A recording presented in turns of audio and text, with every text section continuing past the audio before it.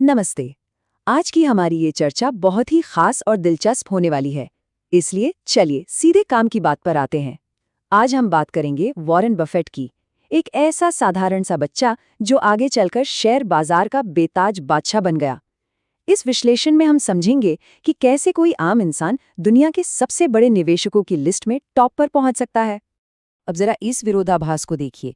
एक तरफ अरबों डॉलर की अथाह संपत्ति है और दूसरी तरफ एक ऐसा इंसान जो आज भी उसी घर में रहता है जिसे उसने 60 साल पहले खरीदा था। वो खुद अपनी गाड़ी चलाकर ऑफिस जाते हैं और सुबह नाश्ते में मैकडॉनल्ड्स का वही सिंपल सा बर्गर खाते हैं। है ना कमाल की बात। ये हमें सोचने पर मजबूर कर देता है कि असली अमीरी शायद दिखावे में बिल्कुल नहीं है, बल्कि एक आम मध्यम वर्गीय परिवार जैसी सादगी और पैसे की सही समझ में छुपी है। तो यहाँ सबसे बड़ा सवाल जो सामने आता है वो ये है कि 1930 की उस भयंकर आर्थिक महामंदी के दौरान पैदा हुए एक बच्चे ने इतनी अभूतपूर्व संपत्ति आखिर हासिल कैसे कर ली। इसका जवाब उनके बचपन के संघर्षों में छिपा है। आइए देखते हैं कि ये सफर असल में शुरू कैसे हुआ था।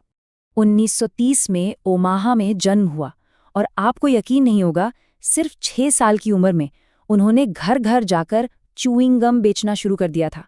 फिर अखबार बेचे, गोल्फ की गेंदें बेची और केवल 11 साल की उम्र में अपना पहला शेयर भी खरीद लिया। दरअसल उस महामंदी के दौर ने गरीबी का जो डर पैदा किया था, उसी डर ने बचपन में ही उनके अंदर इस अद्भुत मेहनत और लगन को जन्म दे दिया था। शुरुआत में उनके पास कोई पुश्तैनी संपत्ति या बड़ा फायदा नहीं था। हालात इतने खराब थे कि 1930 के दशक में घर का सीमित बजट चलाने के लिए उनकी मां को कई बार अपना खुद का खाना छोड़ना पड़ता था ताकि बच्चों का पेट भर सके। ये सच्चाई साबित करती है कि बहुत बड़ी सफलता पाने के लिए किसी रईस परिवार में जन्म लेना बिल्कुल जरूरी नहीं है। एक आम घर के छोटे छोटे संघर्ष भी भविष्य की एक बहुत बड़ी नींव रख सकते हैं।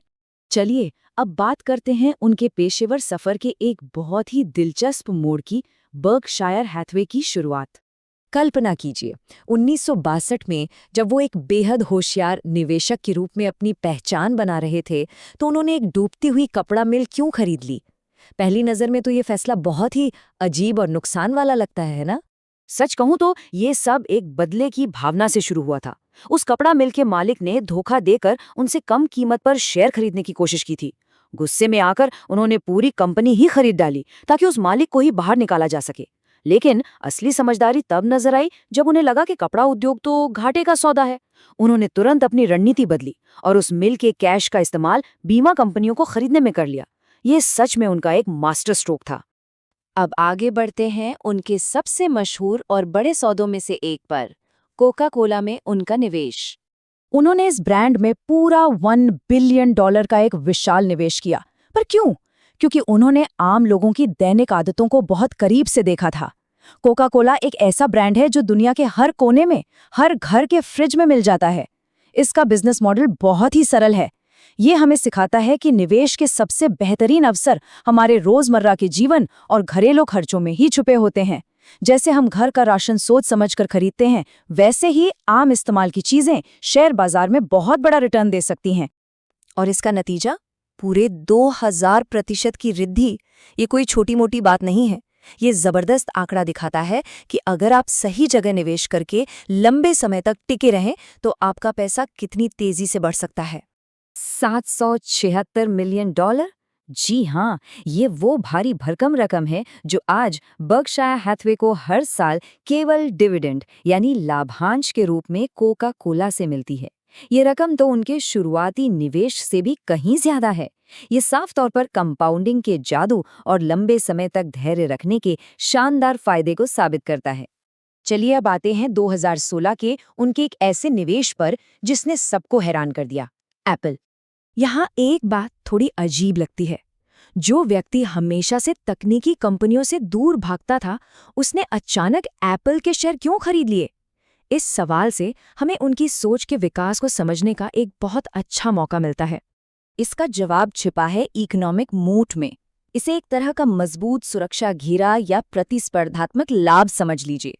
उन्होंने एप्पल को कोई बहुत मुश्किल तकनीकी कंपनी नहीं माना, बल्कि उसे एक ऐसे कंज्यूमर प्रोडक्ट के रूप में देखा जिसके बिना आज लोगों का काम ही नहीं चलता। आईफोन ने ग्राहकों की इतनी जबरदस्त वफादारी हासिल कर ली थी कि वो उनके लिए एक बहुत बड़ा मोट बन गया। बिल्कुल घर में इस्तेमाल होने वाली उन भरोसेमंद चीजों की तरह जिन्हें हम सालों साल बदलना नहीं चाहते।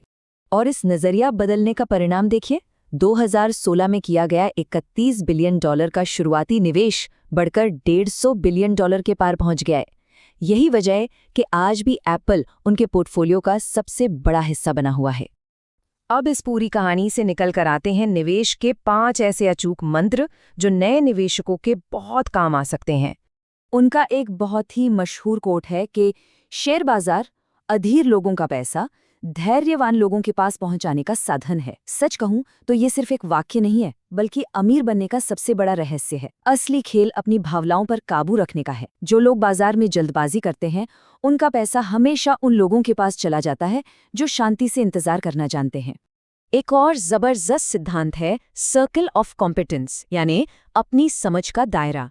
जोखिम को कम करने का सबसे आसान तरीका है कि अपना पैसा सिर्फ उसी चीज में लगाओ जो आपको अच्छे से समझ में आती हो।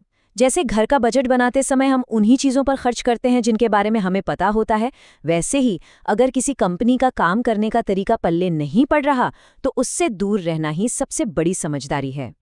तो चलिए इन सारे बुनियादी नियमों को एक साथ देख लेते हैं। पहला, कभी पैसा मत डुबाओ, और दूसरा, इस पहले नियम को कभी मत भूलो। तीसरा है हमेशा धैर्य बनाए रखो। चौथा, अपनी समझ के दायरे में ही निवेश करो। पांचवा, जब बाजार में बाकी सब डरे हुए हों तब निवेश के मौके तलाशो। और छठा सबसे जरूरी नियम, चाहे कितनी भी छोटी शुरुआत क्यों ना हो, गुल्लक में पैसे डालने जैसी बचत और कंपाउंडिंग की आदत जितनी जल्दी हो सके शुरू कर देनी चाहिए। अगर कोई सीमित पैसों के साथ शुरुआत कर रहा है तो उसके लिए ये बहुत बड़ा संदेश है। ये सारी बातें हमें साफ साफ बताती हैं कि शेयर बाजार में सफल होने के लिए या लंबी संपत्ति बनाने के लिए किसी बहुत बड़े कॉलेज की फॉर्मल डिग्री की जरूरत नहीं है। आपकी व्यावहारिक बुद्धि, आम समझ और रोजमर्रा के छोटे छोटे बचत के तरीके ही बहुत बड़े परिणाम दे सकते हैं। बस जरूरत है तो सीखने की एक सच्ची ललक की। तो अंत में एक सवाल जो हमें खुद से जरूर पूछना चाहिए, क्या हम आज अभी से अपनी बचत और कंपाउंडिंग की ये यात्रा शुरू कर रहे हैं, या हम बस बैठकर किसी ऐसे परफेक्ट समय का इंतजार कर रहे हैं जो शायद असल जिंदगी में कभी आता ही नहीं है। याद रखिए, छोटी सी शुरुआत भी समय के साथ एक विशाल रूप ले सकती है। हमें उम्मीद है कि इस चर्चा से आपको बहुत कुछ नया और काम का सीखने को मिला होगा। अपनी निवेश यात्रा के लिए तैयार हो जाइए।